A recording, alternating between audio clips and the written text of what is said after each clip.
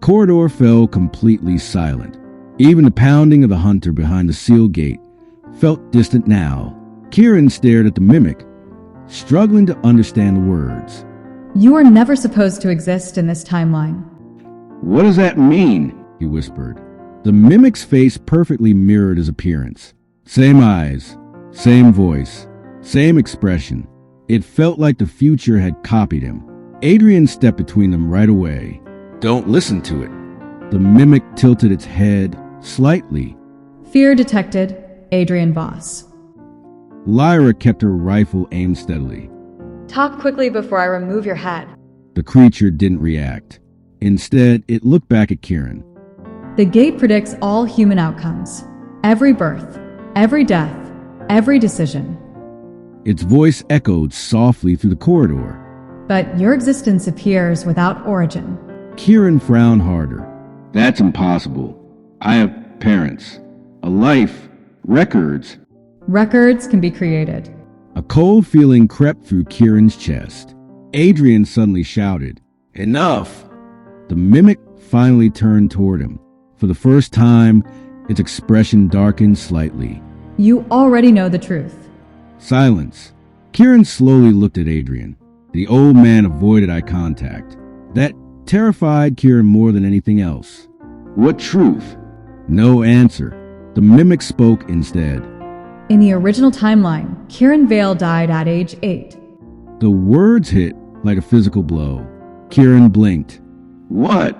Lyra's expression changed instantly. Even she looked shocked. Adrian lowered his head slightly. The mimic continued calmly. Apartment fire. District 11. Casualty report confirmed. Kieran stepped backward. No, that's not possible. But then, something flashed in his memory. Fire, smoke, a woman screaming.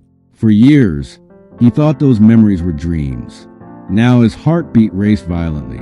Adrian spoke quietly. The fire was real. Kieran looked at him in disbelief.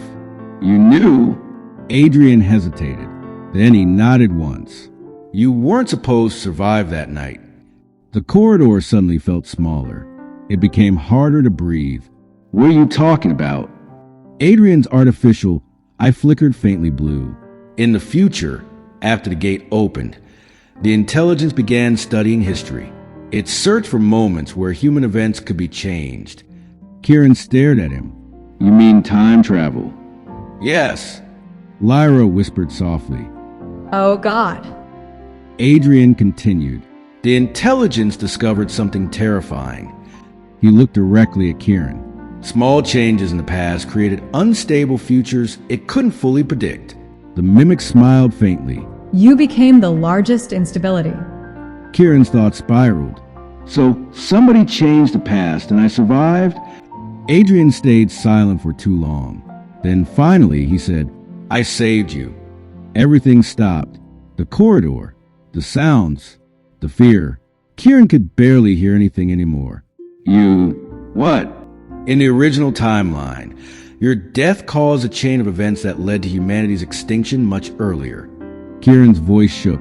So you changed history? Yes. Why me? Adrian looked exhausted. Because in every future simulation where humanity survives, you exist. Silence filled the corridor. The mimic's glowing eyes narrowed slightly. Correction. Survival probability remains below 13%. Lyra glanced nervously between them. You're telling me this kid is the reason humanity still has a chance? Adrian answered quietly. He's the only variable the intelligence cannot completely understand. The hunter suddenly slammed against the sealed gate again. The entire corridor shook violently. Metal cracked. Blue light leaked through the growing fractures. The hunter was getting through, fast. The mimic looked toward the gate, briefly, then back to Kieran. Its expression changed again. Not curiosity this time. Urgency. The gate is accelerating. Kieran forced himself to speak. What happens if it opens? Nobody answered right away. Then the mimic whispered. Reality stops belonging to humanity.